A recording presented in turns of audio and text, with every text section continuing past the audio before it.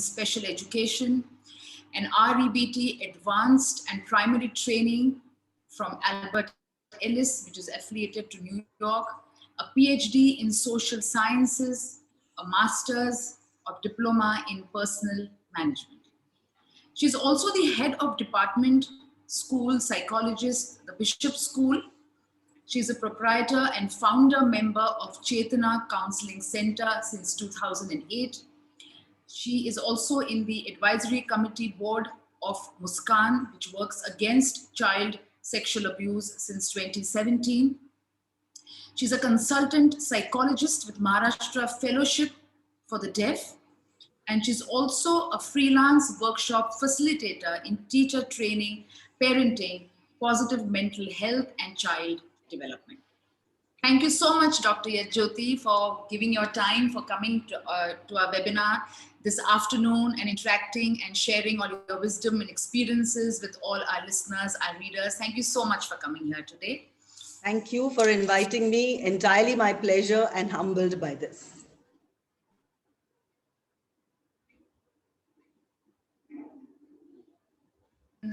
The whole COVID scenario had started more than a year ago, we had noticed that there was lower incidence of infection and mortality rate in children. Hence, a lot of discussion about children's mental health and all of that really didn't happen in terms of context of COVID. I think all of us were just focused on understanding how COVID is impacting us as adults, our own workspaces. And from there up till now, that now we are discussing the third wave, which is looking at what everyone is saying, it's looking at impacting our children, younger children as well. So there's quite a jump from where we were to where we are reaching now. And now suddenly,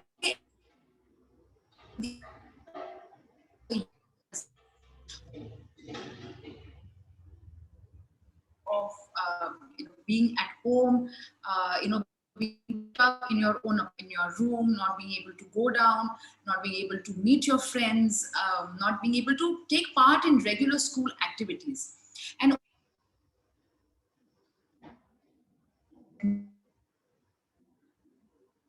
this lockdown or this has been on our children's mental health. So from there up till now, about where we are reaching the third wave of COVID, what has been your experience so far as to where are we going with this? Now, suddenly we have to be careful about the impact on our children. As a psychologist, what is your view on what the current scenario is today? A very, very valid question, because I think from the time when it started in March, initially there was jubilation with the children because it's like, yay, no school, holidays till the 30th, 31st of March. But then as things started becoming more prolonged, the children, they don't understand a national emergency.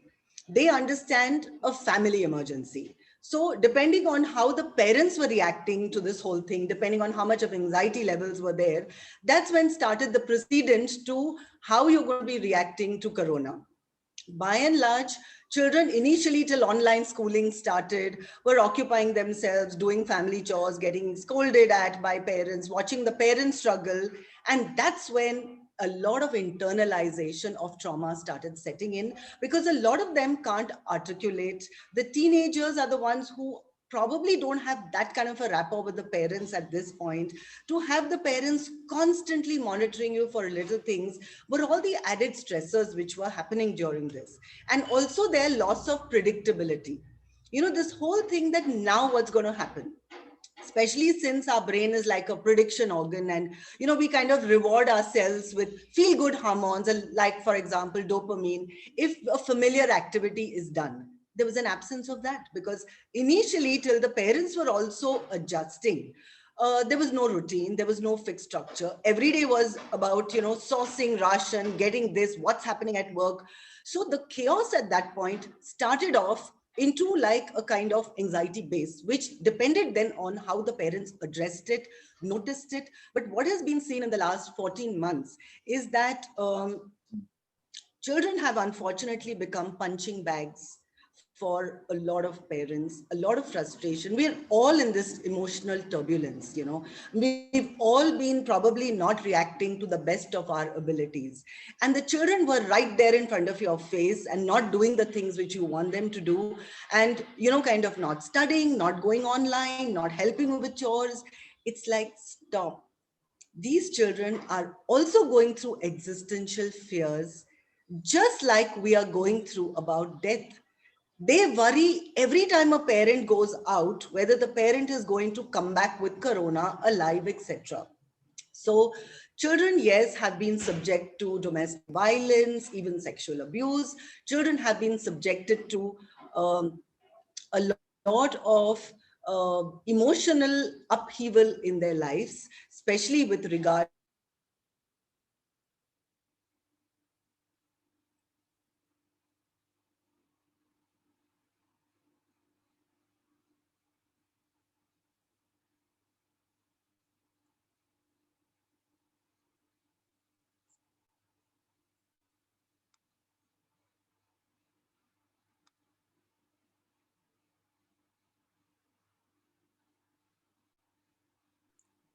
Sorry, we've lost Dr. Yajna. She's joining back.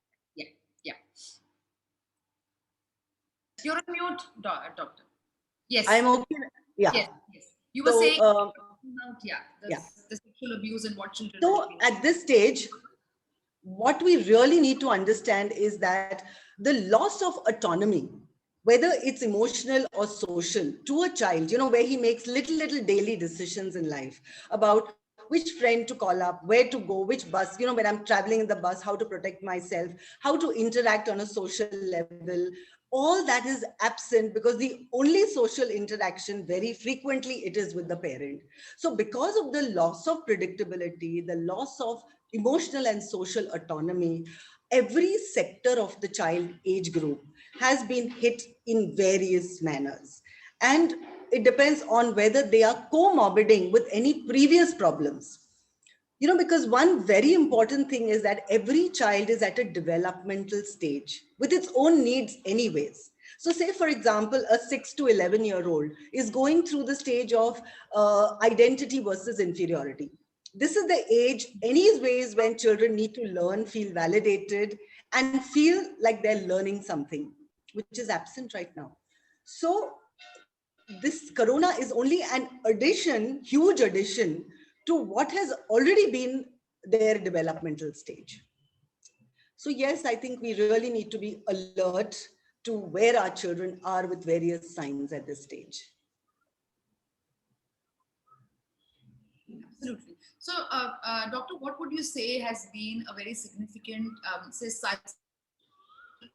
on various age groups? As you just mentioned, say 6 to 10, 11 will be going through identity and all of those issues.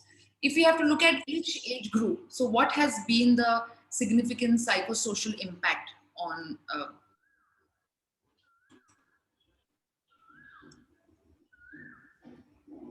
Yeah. So 0 to 2 primarily has been impacted only because of how the parents are reacting with them. You know, so for them, life goes on just the way it would have anyways, but they might be having a parent who is extremely stressed. They might be having somebody who's gone through COVID. There's a lot of family trauma which is going on right now. So those 0 to 2-year-olds then, because this is the stage where you grow with your base of security in life. You need to be fed properly, the body touch, the language which is being conveyed to the child, how you're spoken to the child, the happiness which the child feels around might all have been compromised, you know, which is causing a lot of neurological synaptic bases for the child to be in.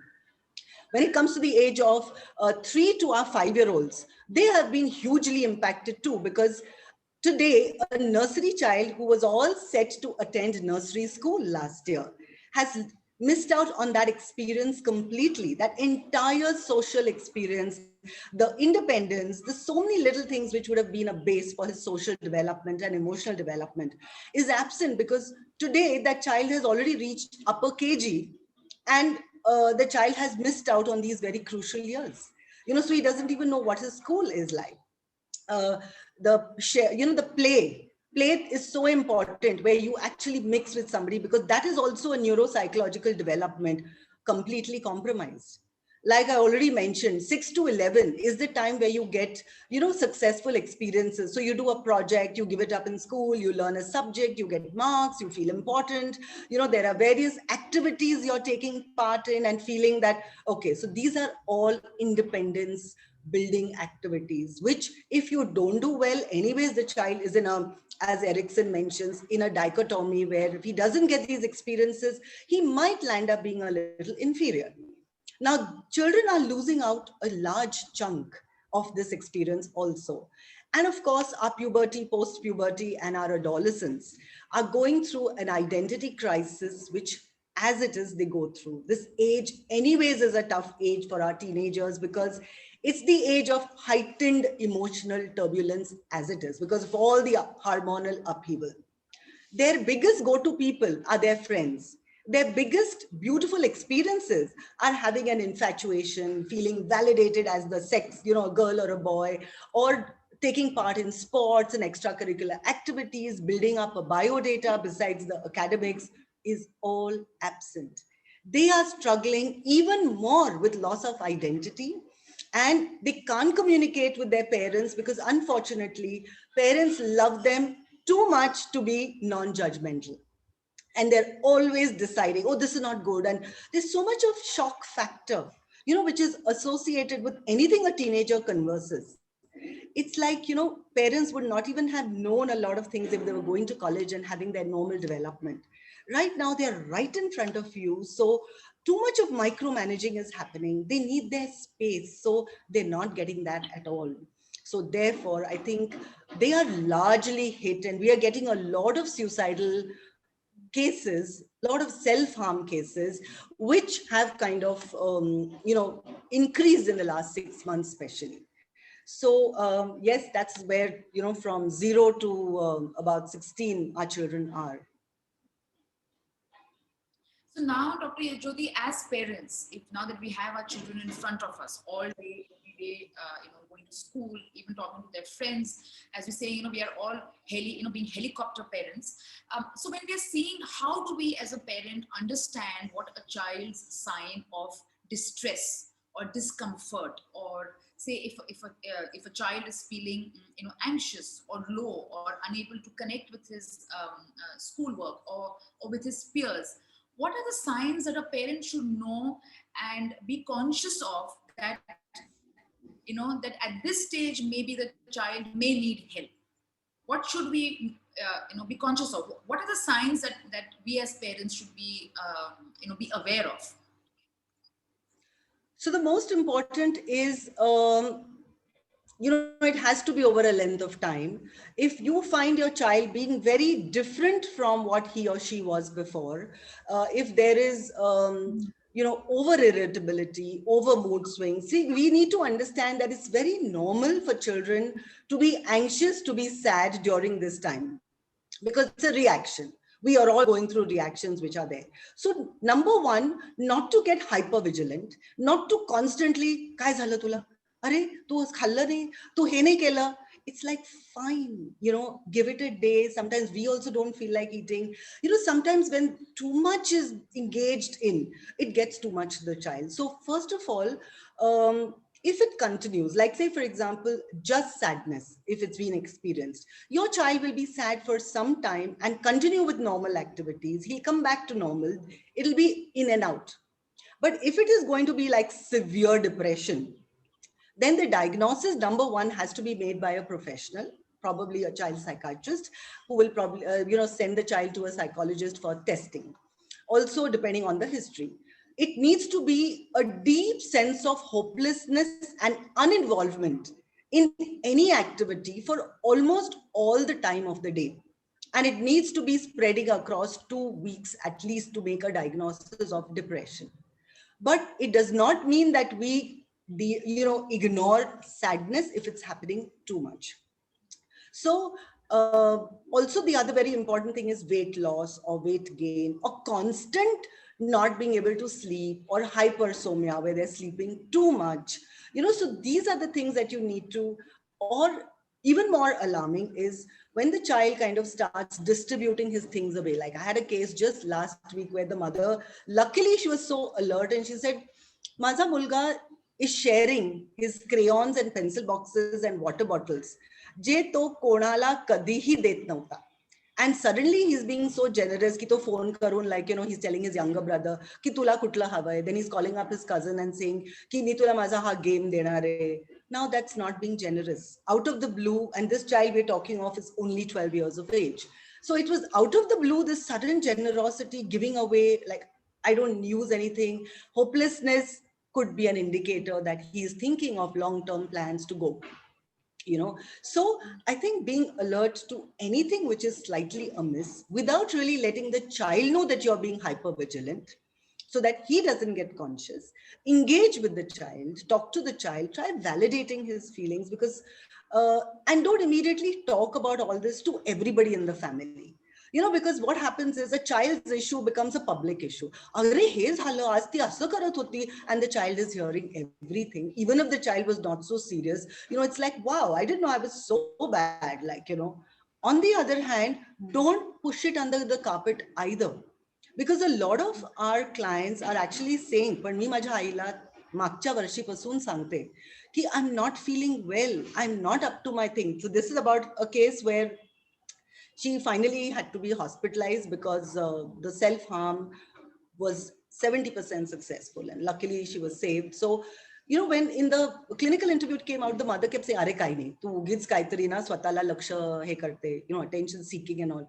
It's not. So please, the biggest indicators that you need to, how much interest does your child have? Is your child communicating with, if not with you all, with friends? Is the child doing something or just sitting listless? Is your child eating on time? Is your child engaging with you at some level of conversation? And what kind of conversation is your child having? Are all things which you do not encourage children to lock their room. When we say give them space, yes, allow them their room without locks at any age, because you never know when, they are so impulsive that an impulsive act could be. But again, on the other hand, it's not like, so morbid all the time. There are a lot of cases where the children are in fact being aids to the parents. Agar don't worry, Baba, theek hotil hospital madhe, tu mala sang kai karatsa hai. And children are being like completely there and taking on the maturity role here and doing a lot of things. So it all depends on each child. Two siblings in the house, one could become the leader in the house saying, don't worry, do this, becoming the organizer. So it also depends, do you have a child who already has anxiety issues from before? Is the child, probably having some issues with IQ, has some issues with aggression from before? These are the children that you need to be a little bit more alert with. Not necessary that they will definitely go through it. But I think just being there for your child is very important, because very often what is happening is we are only landing up giving instructions to our child. I understand parents ki for a lot of months buys were not allowed, ghar se kaam hota, you're working from online, it has been very difficult for parents also. But do you realize that the parents, the children are dealing with way more, because their life has been just cut and they cannot understand and put in perspective ki he kiti laam jana hai, ki hey vaccine nantar things might improve or whatever. For them it's like, this is my life, this is permanent, I don't know. And the thing is, very often in school, when they attend school, so much can be detected by people outside the school as red flags.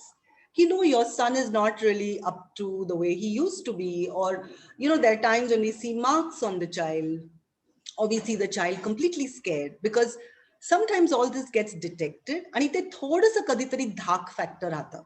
Now what has happened is, especially with parents with existing personality problems, there is absolutely full coverage of whatever violence or any emotional trauma is happening.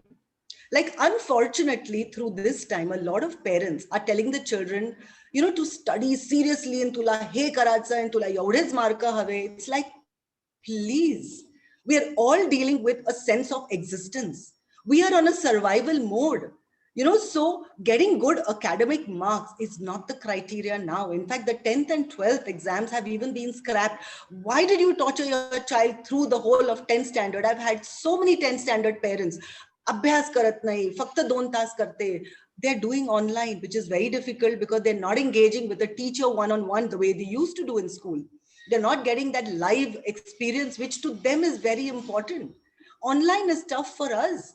Imagine for them, hour after hour, they're sitting there, and then you're engaging them in classes, then you're engaging them in extracurriculars, which are again online, and then they don't get that fresh sunlight. They are compromised right now, and cognitive development will happen with the life skills we're learning at home. There's so much of learning which has happened in the last 14 months, which is could not be taught in school or going there right now, because we've learned resilience. We've learned to bounce back. We've gone till the well and walked back. We've had traumas at home. We've lost people. We've seen scary things around, and we are all surviving. Children are learning that. Children are seeing your coping mechanisms and seeing that, okay, in a life crisis, this is how I need to deal. So stop complaining all the time to your child, tu he nahi karat, te nahi karat, or you're complaining to another family member, kaso honar, kiti divas salnar karuna. It's like, number one, accept reality. Help your children accept the reality. We don't know, and we are here to fight it out because we are psychologically gifted with this innate capacity to be resilient. All of us, even the children. A 2-year-old, if he doesn't get food from the primary caretaker, cries louder to draw attention to another person, adult in the house, to get himself whatever he wants.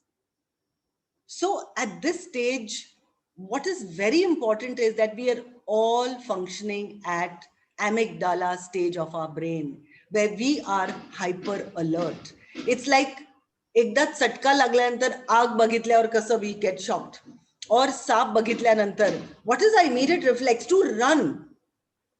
Look at it this way, that your children are in a room with a sap and you're telling them, calm down, abhyas kar, uthaचं नाही, mark हवी मला.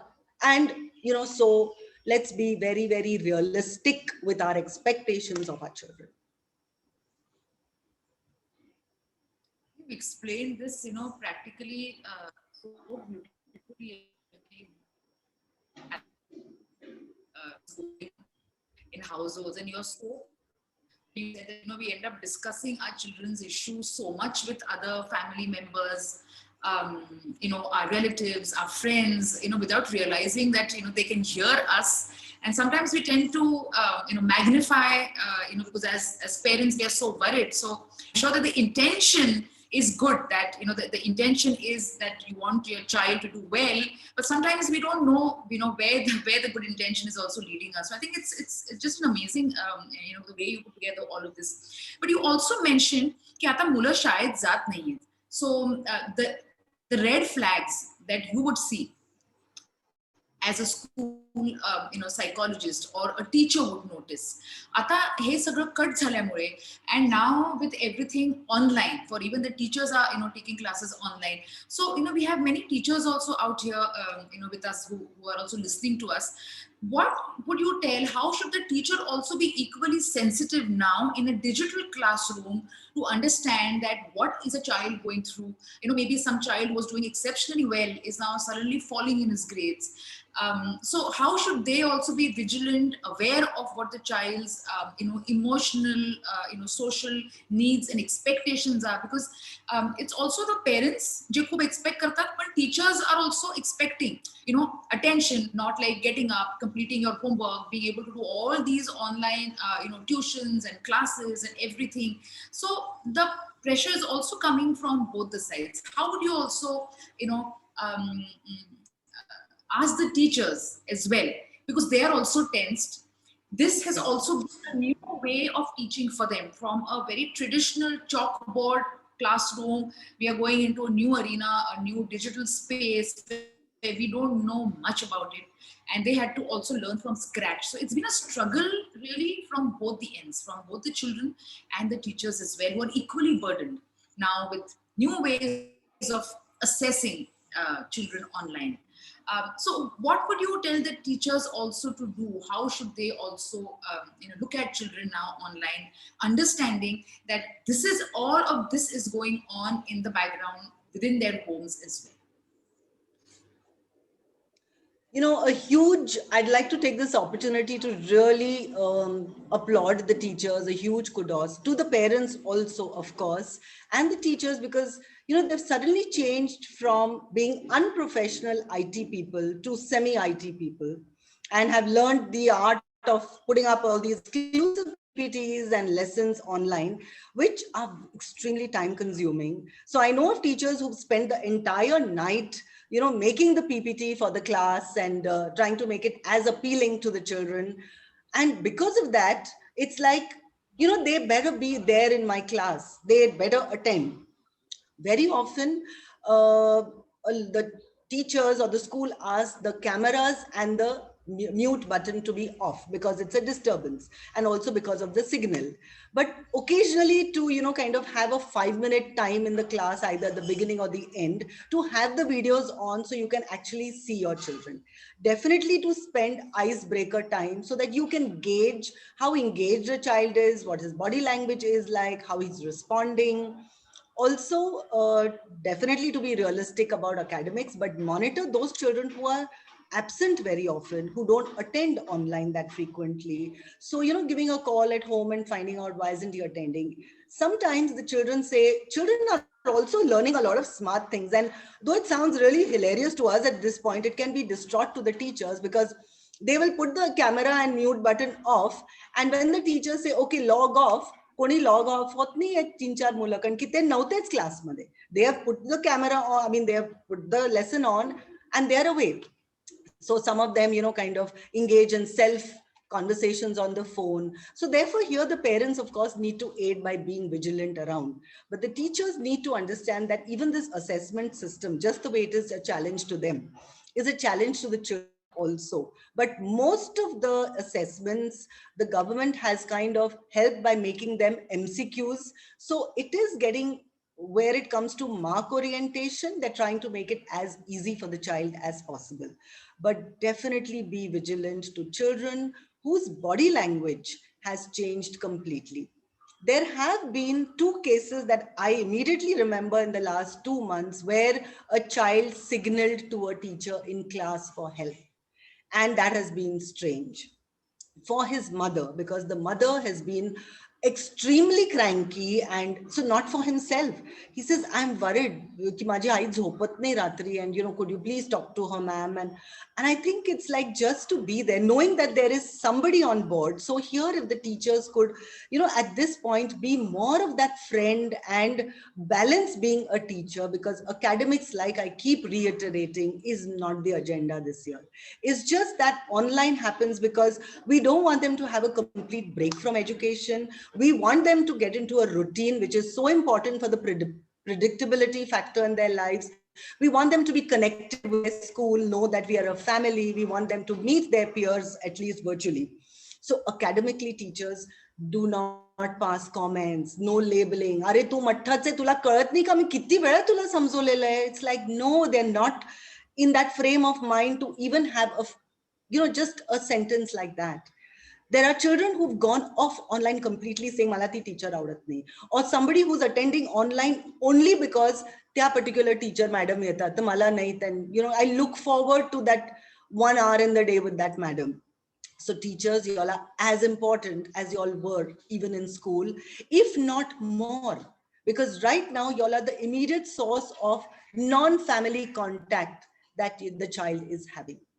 So huge responsibility, teachers. Just keep being vigilant and keep being on task.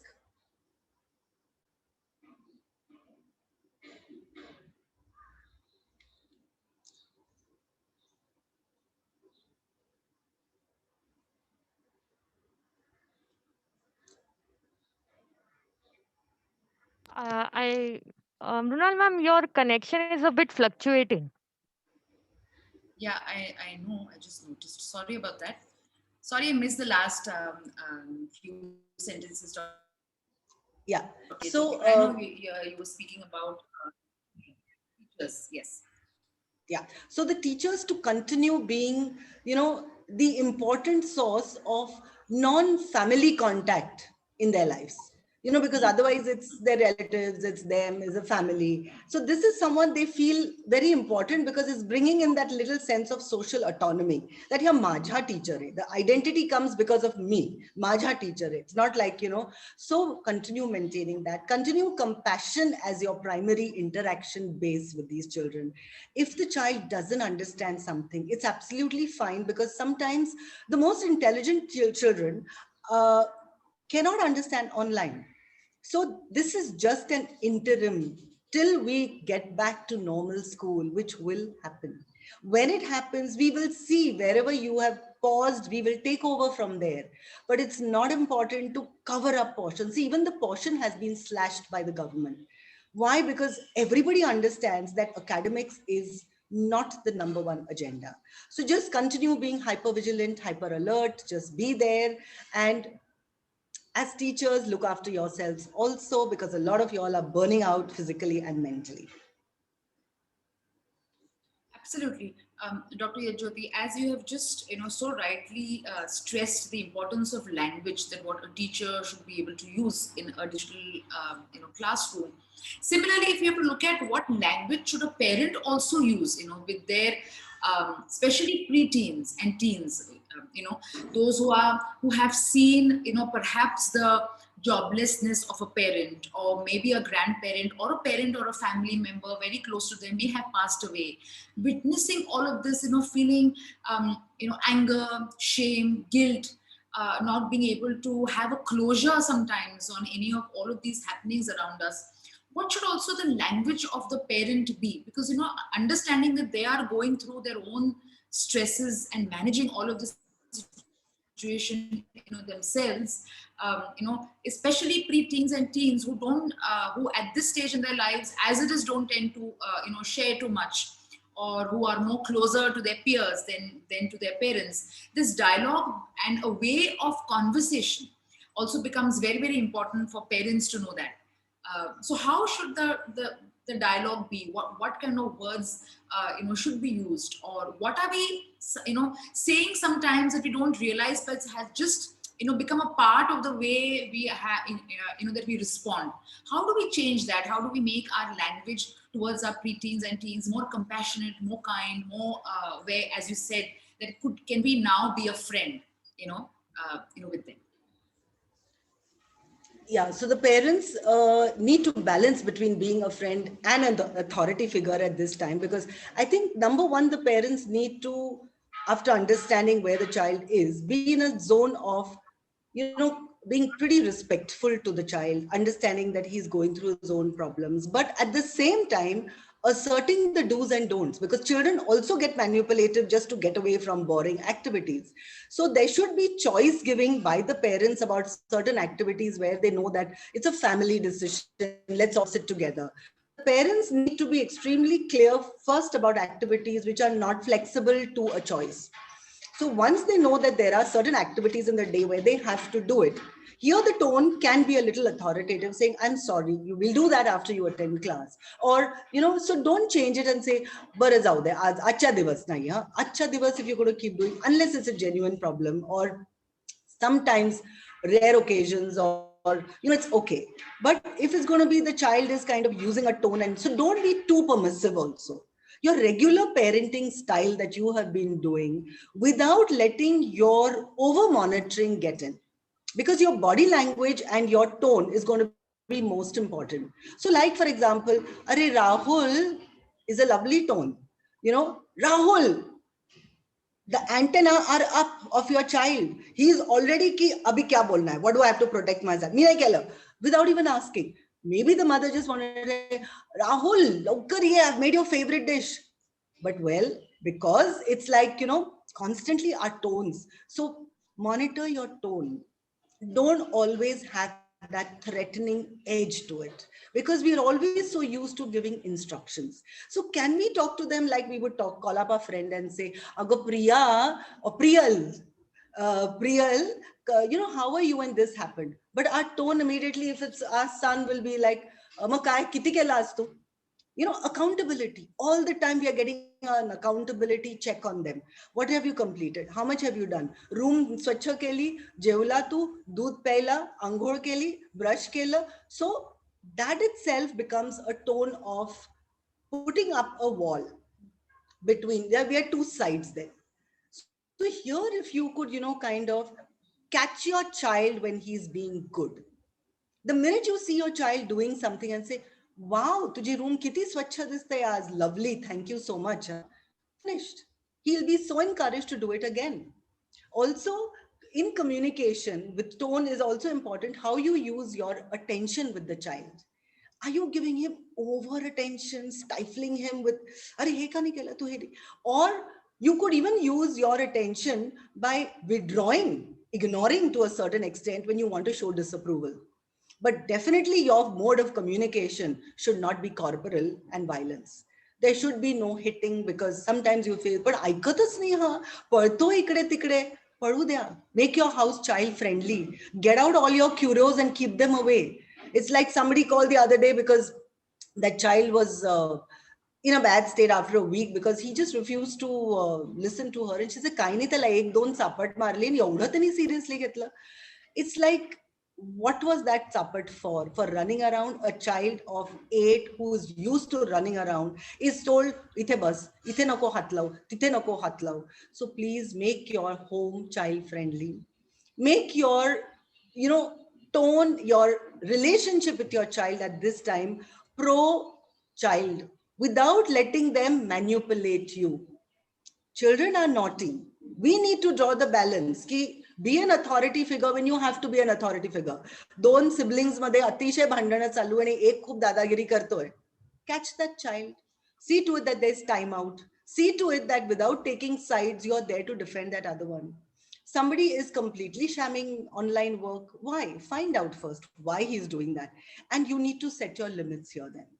So along with being disciplinarians, which your role now as disciplinarians is backseat, and being compassionate and somebody who's understanding what they're going through is your primary role right now.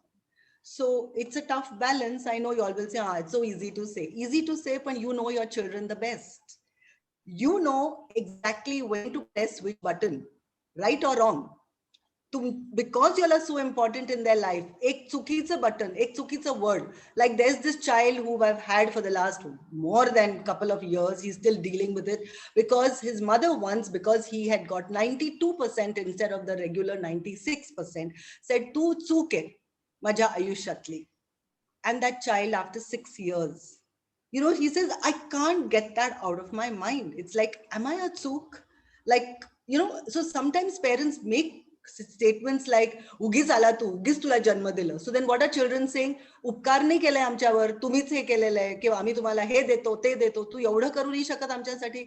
Then they turn back and say, "तुम्हीच आम्हाला पैदा केलंय, नाही पैदा करायचं." So don't get into a banter where you're encouraging them to become so rebellious. You've not done a favor by looking after them, by giving them food, by giving them school, by providing. That's your duty. Definitely the children should have gratitude for it, but by throwing it at their face and making them feel guilty for it, they're going to land up with low self-esteem, and they might just walk out of home. We've had so many children who walked out of homes. All these helplines which are there are full of calls all the time.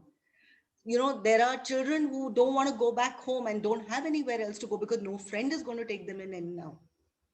So I think just let's, at this time, finger hold our children with a little more complacency. Rules can be loosened a little bit for this time without letting them know that, why you're doing it is important. So I think parents, a lot of it is in your hands because you all are the primary caretakers in their life right now. Absolutely. I think what you also said now in the end, that children are also leaving and walking away from their homes, it sounds also extremely alarming. Also, you and I, we had discussed, sometimes children, many, times children are going through even emotional or physical abuse at home as well. And now with being at home and not being able to go out, I'm sure that they are in a far more challenging position. Probably the home is not a safe environment for them to be in. So can you share some of your experiences as a school psychologist, and you're also a part of Muskan, that what is really happening in their homes when we see children leaving or calling helplines? It's also really a cry for help that I'm sure they must have gone to their near and dear ones, and when things don't work out, that's when they reach out to someone outside because they don't feel safe where they are. Can you share some of your experiences as to what it's been like, why children do this, or what should parents be aware of when we look at all these kind of, sometimes abusive situations that children are into?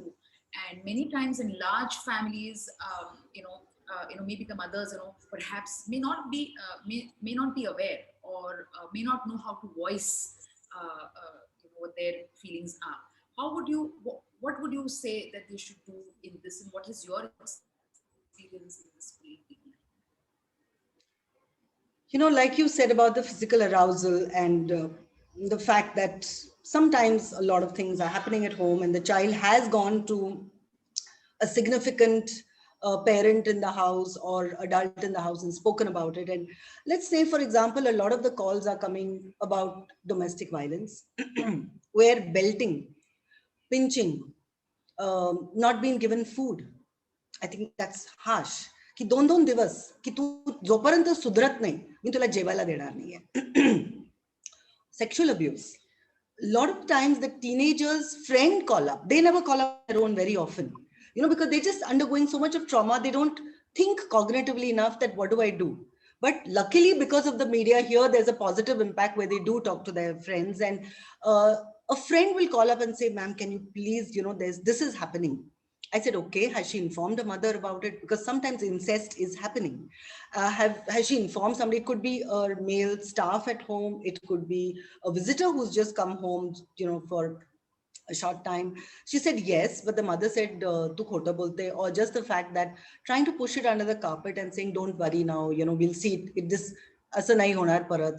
Parat nahi honar nahi. That's not the point. The perpetrator has to be punished. If you hear of a case, it has to be reported. Even if you don't want to, kind of go to the chowki and all, a registered FIR has to be sent, because it is now mandated that if a case of sexual abuse comes up and you do not report it, you get 6 months for being an accomplice. And that is, something where, because of that, sometimes people resist. But I think even if you don't want to go ahead with all this, let the child talk about it. Let the perpetrator be removed from the child. So that is where, as far as the sexual abuse part of it, we've had a case in this lockdown, the youngest one being 18 months of age. And it was the neighbor who called up and spoke about it, luckily, because they would open the door, doodh ghetana, hey ghetana, whatever it is, and the mother of this 18 months shared it, saying that particular person in the house is doing this, what do I do? And so sometimes neighbors are very vigilant, and I hear that please be vigilant. What's happening in your vicinity, what's happening in your building, not being pokey, not being nosy, but just this person is not to be seen at all, this person is different today. A lot of other calls are coming for basic things like, how long will this last? I can't cope. I'm getting panic attacks. And if the parent is like, kind of responsible for creating the panic, it's worse. But here I'd also like to add that a lot of children are calling up for their parent, saying that I'm worried about my parent. My parent is going through a lot, and will some kind of help be possible for us? So it's either ways which is coming through. But a lot of them don't have access to helplines. And that's where we worry about children who are still unheard. And that is where we all as a society can come in by just being alert. We are talking about the tip of an iceberg where we get thousands of calls in a day. What about people who've never managed to get to the phone? Those who are not in a mental frame of mind to talk about it, because PTSD, post-traumatic stress disorder, is being experienced by a lot of children due to a lot of reasons at home. Also here, I'd like to add that, because we are on this serious topic right now, that it's not about us painting a morbid picture. It's not that, oh my God, the world is so sad. No, there's a lot of good also happening around our society if you look around, because suddenly children are helping so much. There is this huge compassionate side of theirs which has come up. They're going and feeding animals, they're going and, collecting food, collecting things from people and helping somebody. So our children are learning life skills, which is a chunk of our children. Maybe about 40% of children are in a state which is, needs help, SOS, and we need to be there. But let me take this opportunity also to talk about the other 60% children who are in fact in a good space, who have in fact learned so much during lockdown and who have understood life in a good way. Sometimes we get those calls on a positive note saying that, can you donate some money because we have these 15 cats and we've opened this NGO and we are doing this and whatever it is. Some of them are just gathering money to go and give some home somewhere and encourage that, kind of nature of your child, because it's extremely healing. So I guess there's both the sides of the coin right now. And let's also remember that, yes, parents are doing a fantastic job trying their best, but sometimes feeling helpless because teenagers, especially by and large, are difficult. They say, he doesn't talk to us. I'm so calm, I'm so patient, but he just bangs the door and he doesn't want to talk to us at all. So don't force a conversation. Please seek professional help when you see that there are red flags and your child can benefit out of talking with somebody. And also at this stage, if you could just help by number one, starting to validate their feelings. Children feel judged all the time by parents. There's always a report card being given. There's always comparisons being made between two siblings. तो त्याच्यासारखं का नाही करत, तो बघ कसं शांतपणे बसलेला आहे, तो बघ कसं अभ्यास पूर्ण करतोय. Did you not realize the creative project he's done? Did you not see how well he managed when there was an SOS in the house? So stop comparing. Each child is different, each one is reacting differently, each one is contributing something to your household right now. Validate it. Appreciate whatever the child is contributing. The children don't know how to do household chores. How many children are engaged in household chores today? And I think we need to really give them credit for that. A lot of them keep saying, Mummy, kai karu, mala dena kaam dena. Small children, 5-year-olds, tell them that table love, plate usluna, and little things like that, So our children have really actually at this point been our asset, or we would have got into depression as adults if we didn't have this task of parenting them at this stage. I think what you said about even you receiving so many calls from a helpline, we have our own helpline. I'm sure that all our listeners also know about it. It's called Sakai Sobat Boluya, and there's such tremendous calls from even students being so concerned about their their exams, their grandparents, adults calling. It's just earlier there was a whole situation of chaos. Now things are at least settling down. At least there's enough on the internet, enough research. Everybody's going through the same panic. There's enough of similar material to share, but there's still so many endless of calls, not being able to know what's really happening in the future, or how do I really help myself or help a family member. So I can completely understand that we're so overwhelmed, and these are the few people who are aware that such a helpline exists. And there's still many more out there, as you said, who are completely unheard. And also something that's positive, as you said, children are helping, and I see it around me all the time, even buying vegetables for the elderly. In fact, we also had we had a volunteer program for all UPSC and PSC students that were stuck here and couldn't go back home, and there were so many students who had volunteered to provide them their meals. And it's really amazing that so many youngsters have come out, joined forces, delivering food, as you said, helping with cat shelters, dog shelters. So the good has been tremendous, I think, everywhere. It's just, I think by nature, we are just, the bad sticks to our mind faster than, like a good activity that's happened. So thank you for really bringing that, bringing that reminder that there's so much good also that happens through these, experiences of pandemic. With this, I think let's also move to our questions, Dr. Yajyoti. We have a lot of parents asking us, questions. So there is,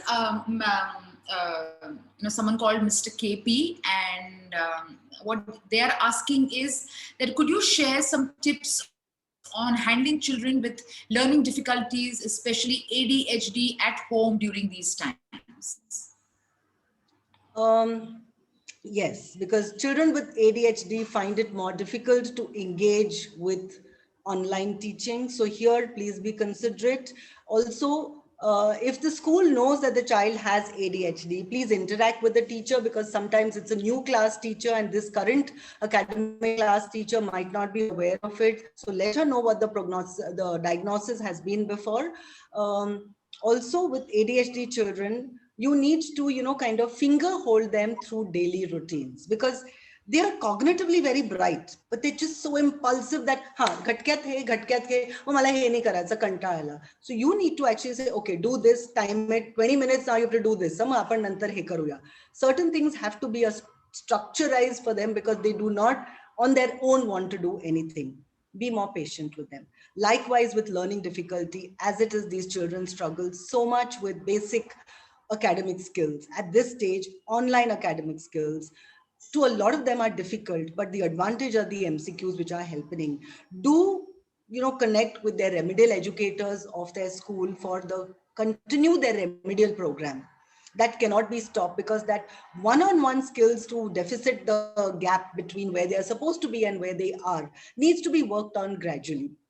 Academics anyways has never been, an emphasis for any of the children, but these children especially, do not get into, like, I have parents with learning difficulty who say ki, now that I am there with the child, आता मला दोन, 1.5 वर्ष मिळालेला आहे, I will try to make up the child, equip the child with the skills, and they're overdoing it with the child, saying that practice la आता time मिळतोय, so I'm going to, they will not overcome something immediately or by you spending extra time. So do not make them copy that entire PPT notes later on after over an hour on their own, because remember, if they're dysgraphic and they find writing an issue, by giving them a lot of time to write, it's not going to help.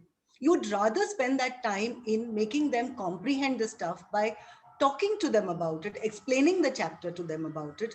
And schools do give concessions and accommodations for children with learning difficulty and ADHD, which are soft corrections, extra time. So avail of all those and stop getting anxious, because very often children with learning difficulty and ADHD parents feel their children are lesser and they try to compensate. They are not lesser. They are just different. We are all different. So, don't try getting overcompensatory with your activities with them. Accept them for what they are and go with their pace, which is important.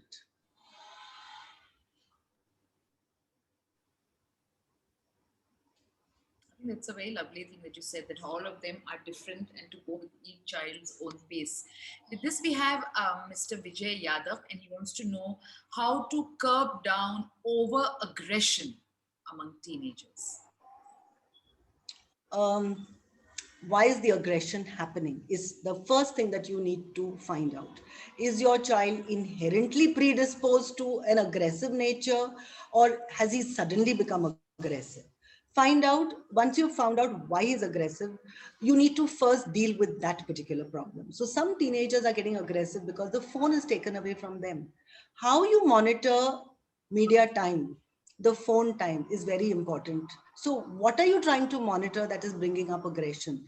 Sometimes some of them are victims of cybercrime, teenagers. They don't know how to talk about it. They don't know what to do about it. Sometimes they have unrelinquished crushes when their online proposal to somebody has not got, responded with. So find out why they're aggressive, because it all depends on that. If it's an aggression which is just coming out because he doesn't know how to deal with depression, or is it something which is to do with over anxiety, or is it that is somebody a perpetrator around? Is somebody bringing on this aggression? If it is something which is getting out of hand, he needs professional help. Sometimes medication might be needed depending on whether his aggression is translating into self-harm or harming others around him. So number one, why is he aggressive? Number two, how aggressive is he? Does it need professional help? And how can you benefit with the help of a psychologist in finding out how the family dynamics could be changed a little bit to bring down this kind of behavior? Absolutely. And for all of you, just to also inform all of you that Dr. Jyoti Singh is also available. You can also write to her on her email. And with her permission, we will share her email on our website. She's also part of our counselors on wait.in as well. You can also book an appointment with her should any of you feel the need. Um, we have a question from Vaibhav Kulkarni, who's saying that due to the continuous use of mobiles, students are under so much of stress. How to really involve them in real life? Okay. So here the schools are all following mandated norms by the government on screen time.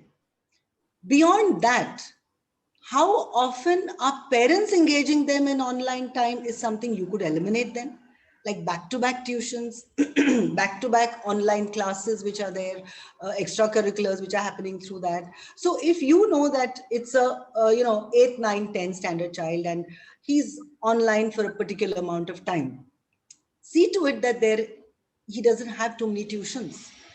How do you engage him in real life is how well a routine can you set up as a family for the child. Exercise needs to be part of your daily life. Can you all have maybe a father and son, a daughter time, or a family time together when you all are exercising, or with the mother, wherever possible? Can you all, kind of get a stipulated time of the day with your own consensus where yoga is being done or some kind of floor exercises are being done? If your society permits it, can you all go on a cycling rounds which are there? The other very important thing is engage your children in some talents which are not media related, so cooking, for example, get a child to cook a meal on some day, guide them. Gardening, a lot of them on little balconies are growing little beautiful things and sharing it. Some of them have, kind of done formed a chain to help people. That is real life. So when you talk about real life, it's not just about the child. And also please do allow some amount of media time with the child, because it has advantages also of connecting with peers, which to them are important, especially as a teenager. Supervise it, that's up to you. Control it, that's up to you. So lay down rules that this time to this time, you're definitely not allowed media, and which should preferably be like beyond a certain time in the night, because that is when most of the teenagers get into this habit of being on the phone throughout the night, literally till about 2 or 3 in the morning. Then they don't get up on time, and then the entire biorhythm of the body is kind of, offset, because of which schooling, online, irritability, breakfast not there. This is where you can monitor. That's real life. So where, see to it that post dinner time is interesting family time. You all sit and chat and, you all kind of talk about things, and definitely not about Corona. Please reduce the uptake of media related to Corona through the day. Give them realistic information and then full stop. So have some fun family time where they look forward to spending time with you rather than being on the phone. So I guess that will really help. What you also said about developing an hobby, interest, growing something, because there are a couple of parents who are also asking how should teenagers develop more concentration in what they do, more focus. So I think what you just said about even simple things like gardening, going down in your society, doing exercising, going on a bike ride, wherever it's permitted, also helps them maintain the same focus and concentration in their work as well. We have a question from an anonymous attendee where they're saying that he's saying that my daughter gets a little physical with her mother to draw her attention when she's bored. My wife is not able to handle such behavior. How do we go about it? How old is she? What's her age? Because it'll be different with so how old is she? They have not mentioned it. Okay. So if it's a very young child who's doing that, I think, holding the child's hand, letting the child know that this will not be permitted, and engaging the child in another act immediately will kind of help the child get distracted from that particular act. Getting the child, hitting the child on the hand or continuously saying, don't do that, will only be reinforcing that act and drawing negative attention to the act, which will reinforce it. So try to, ignore it by just engaging her in something else, but definitely holding her hand and saying no. And that no should be with authority. If it's an older, also younger children, has your child suddenly started doing this and engaging her attention? Why? Are you not giving enough attention? Is there a young sibling in the house? So you need to reflect upon yourself that why does she have to do this to draw your attention? So engage more. So she doesn't have to get into these drastic measures to do that. If it's an older child, normally it will not be an older child, but if it is, then you need to, kind of again find out why the child is doing that. And it could be a sign of something bigger. Right. There are many parents here. A couple of questions are on the same topic. They all want to know that their children are unable to make a career choice after 10th or 12th. And in such a case, if the child is very confused, because there are 2, 3 questions relating to that, can the parent take the call or make the decision if they are just unable to know what they want to do in the future? How do you really measure the aptitude of such a child, or what should be done by such parents where children are unable to have a focus? Aptitude is something which a child beyond 13 starts, kind of already having an inclination towards. So IQ is that part which is the potential of a child to have basic skills, to apply skills that he's learned. Aptitude is something where the child does effortlessly well. So something which you have seen that the child loves doing, loves spending time with. Parents, along with the child, need to brainstorm post 9 standard onwards as to what the child would like to do, expose the child through the 10th to various careers, various role models, brainstorm, find out all the options which are there. But the final decision has to be in cognizance with the parent, the teacher, and the child. Also, if the child is very confused, like, it's like, no, I am really confused even about science, commerce, and arts, then please go ahead for the aptitude testing, which is an elaborate testing which has an IQ test, an aptitude test, normally the DAT test, a personality test, and an interest inventory, where what we normally do is we find the child's potential, we find what the child is naturally inclined towards, what the child is interested in, and whether his personality is geared for this. If we find the personality is not, then we can be, the child could be trained to change certain aspects of the personality. Like, for example, a lot of the times, unfortunately, medicine and engineering are still the most niche careers that parents would like their children to be in, whether the child is inclined towards it or not.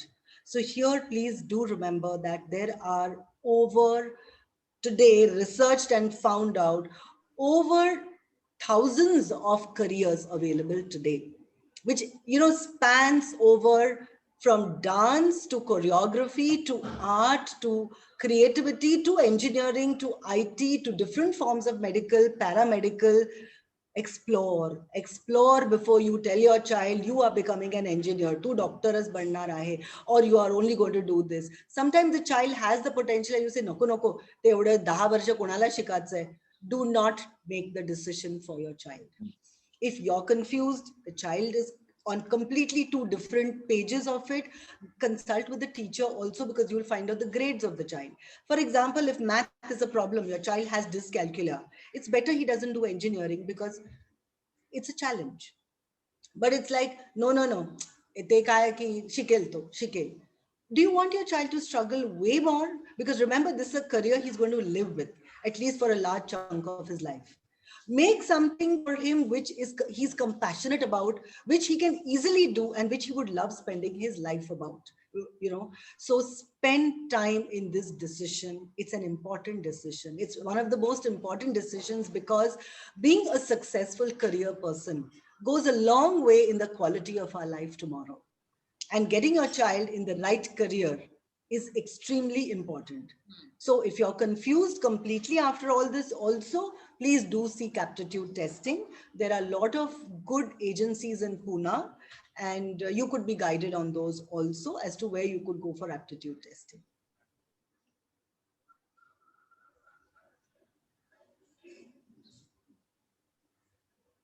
There's such an apt answer, Dr. Jyoti, because I think now with exams getting cancelled, a lot of students are definitely in this dilemma as to what career options could be there available for them. And I think really, going to a counselor, an education one, and taking an aptitude test could be a great way to know where the child's basic aptitude is. We have a question from a teacher, and her name is Shweta Zadhav. And she's saying she's a teacher and a mother of a 7-year-old boy, and she's confused as to which role she should be with him, whether she should be a mother or whether she should be a teacher. And I think many teachers in a similar role are confused whether at home, what should they be? Should they be mothers or should they be teachers? Only be a mother, please. Because there is a teacher in school who's already being the teacher, and they want an unconditional bond with the mother, which is not subject to performance or which is not subject to only instruction giving. So as a mother, you tutor your child, which every mother is a teacher also. But role of a mother is your primary role. And, so don't over discipline, don't kind of have too many expectations, allow your child to just be himself with you. So 7-year-old, enjoy him. He's at a beautiful stage of his life. In fact, give him other experiences besides academics to feel validated. Remember 6 to 11, Erickson's stage of identity versus inferiority. He needs to feel validated that, yeah, I've done this so well. Praise him, get him to do whatever, but be a mother. Let the teacher be a teacher. Absolutely. We have a last question, and I think it's a very apt question because a lot of parents might be, in the space of thinking about this. An anonymous parent is asking whether should we be hitting our children? Well, definitely not. A big no. And first of all, corporal punishment is legally punishable. But beyond that, parents, would you like to be hit when you want to be explained something? Would you like to be told, it's like, are you going to reinforce that behavior by hitting and then try to change it? What's your objective for disciplining? Our objective for disciplining is to let the child know right from wrong. If you are going to set a precedent of hitting, you are setting an example that when I'm this angry, I hit. Do exactly that when you go out, because if I can't handle a situation, I'm going to hit. It's not a question of authority here. It's just a question of, look, I do not like what you have done. We draw that particular rewards from the child, have time out, have different forms of reinforcing your child. It's not a battle between a parent and a child. But nahi to aikatas nahi ajibat mi evda veda sangitlay त्याला, then maybe you need to explain it in some other way. You're the adult, remember? Your maturity is more. You need to come up with creative ways. Do not apply the same cap to everyone because it doesn't fit on all the heads. You need to find out what will help with my child more. Because believe me, children are always trying to please us. Children are constantly seeking our approval. The fact that they are not listening means somewhere something has gone wrong. So I think let's, introspect also a little bit and find out, maybe I could use something else.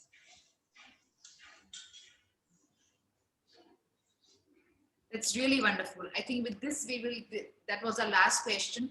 Just last few words, Dr. Jyoti, from you to all our parents who are listening to us, that few tips of wisdom that you have actually shared so much with all of us, but just as an ending dialogue, what would you like to say to all our parents today, dealing with all of this and now, probably looking at with what the third wave is going to bring us? What would you like to say to all the parents, to all our listeners? Parents, look after yourselves also. Self-care, very important, because if you're going to be in a good space, you're going to be a better parent. Do not ignore your problems because y'all are as important as our children are. We are all going through a lot of emotional turbulence at this stage. And we need to be there for each other. Be there for your partner. Be there if you have marital discord, work it out. If you have issues with somebody in the family, work it out, because every bit of animosity, every bit of emotionality, remember, the child knows family emergencies, not the national emergencies. So if you want to really be a good parent, first just be you.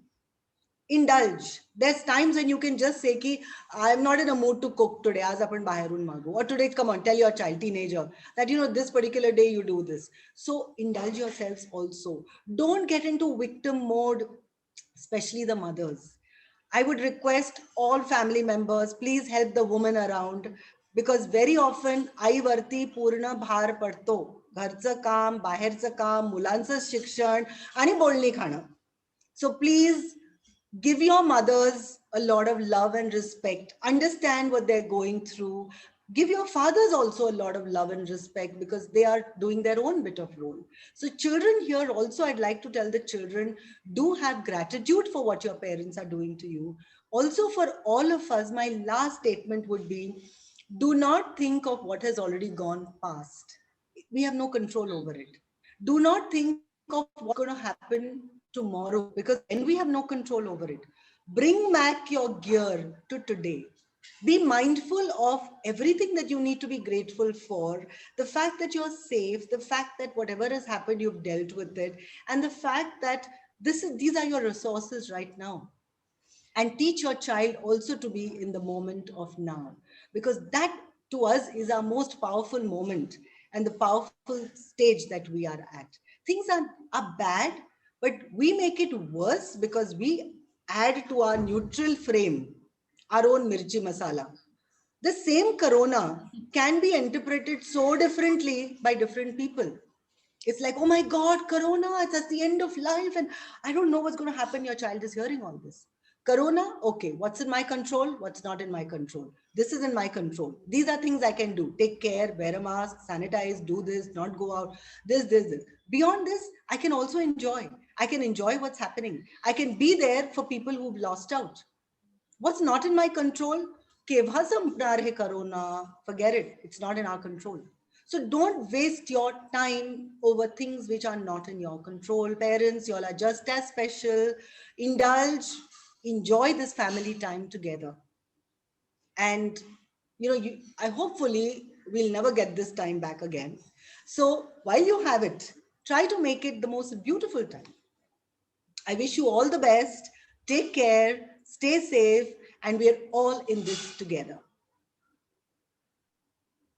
Thank you so much, Dr. Yajyoti, for that fabulous, wonderful webinar, sharing all your experiences. And I think all of us as parents, teachers, we've learned so much. And it's so important sometimes, that people in a position, therapists, psychologists like you, when you share your insights, it really makes us go back and delve into, the way we have a conversation. We are so much on an autopilot mode that, bringing in that sense of, awareness as to what can I do better than what I did yesterday.